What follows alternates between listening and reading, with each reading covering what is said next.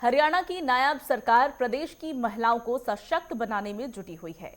एक आयोजित कार्यक्रम में मुख्यमंत्री नायब सिंह सैनी ने न केवल उत्कृष्ट कार्य करने वाली महिलाओं को सम्मानित किया, बल्कि उनके आर्थिक विकास का बड़ा रोड मैप भी पेश किया। पिंक कैब से लेकर क्रेज नीति तक हरियाणा अब महिला कल्याण में देश का मॉडल बन रहा है। इसी पर देखिए खास रिपोर्ट।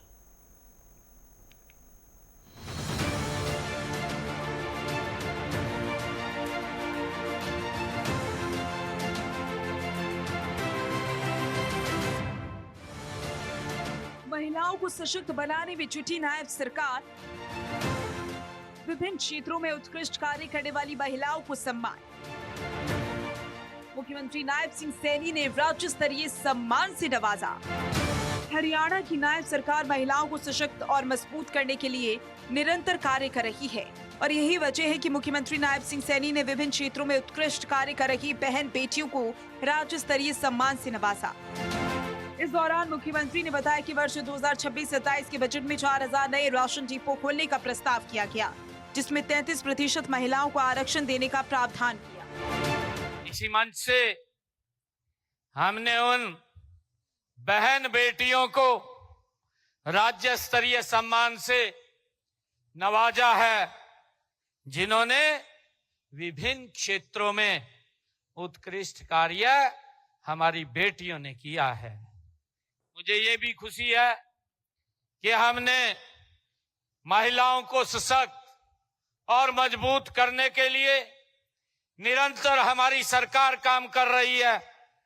लाडो लक्ष्मी योजना की 5वीं किस्त भी इसी मंच से जारी की गई है और इस योजना के तहत मुझे खुशी है कि 9,56,095 हमारी बहनों के खाते में 200 करोड़ 77 लाख रुपए की राशि डाली गई है। बहनों, इस योजना का लाभ उन बहन बेटियों को मिल रहा है जिनके परिवार की आय 1 लाख रुपए तक है।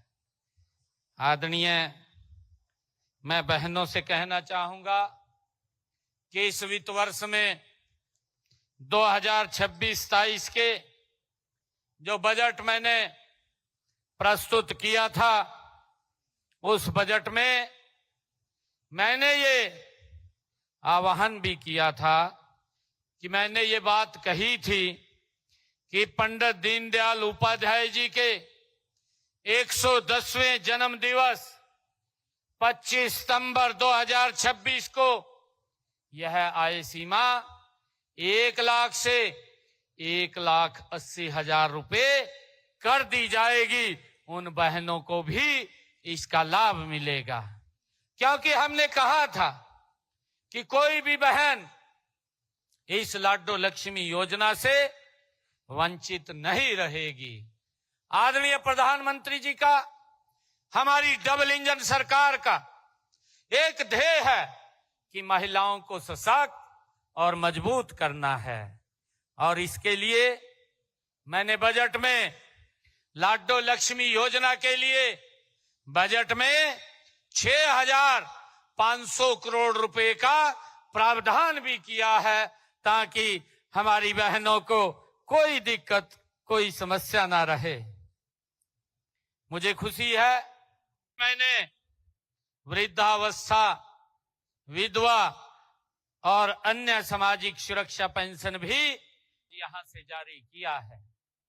मुझे खुशी है कि इसके तहत 35,34,000 लाभार्थियों के खाते में 1,137 करोड़ 84 लाख रुपए की राशि यहां से डाली गई है। इसके साथ ही मुख्यमंत्री ने बताया कि बेटी बचाओ बेटी पढ़ाओ अभियान के गौरवपूर्ण 11 साल पूरे हो गए। हमारी बेटियां और महिलाएं अपनी मेहनत के बल पर नई ऊंचाइयों को छू रही हैं। वर्ष 2026-27 के बजट में लाडो लक्ष्मी योजना के लिए 6,500 करोड़ रुपए का प्रावधान किया गया।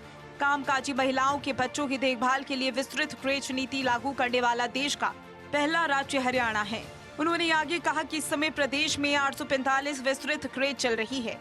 इसके अलावा 4,000 प्लेवे स्कूल भी खोले गए।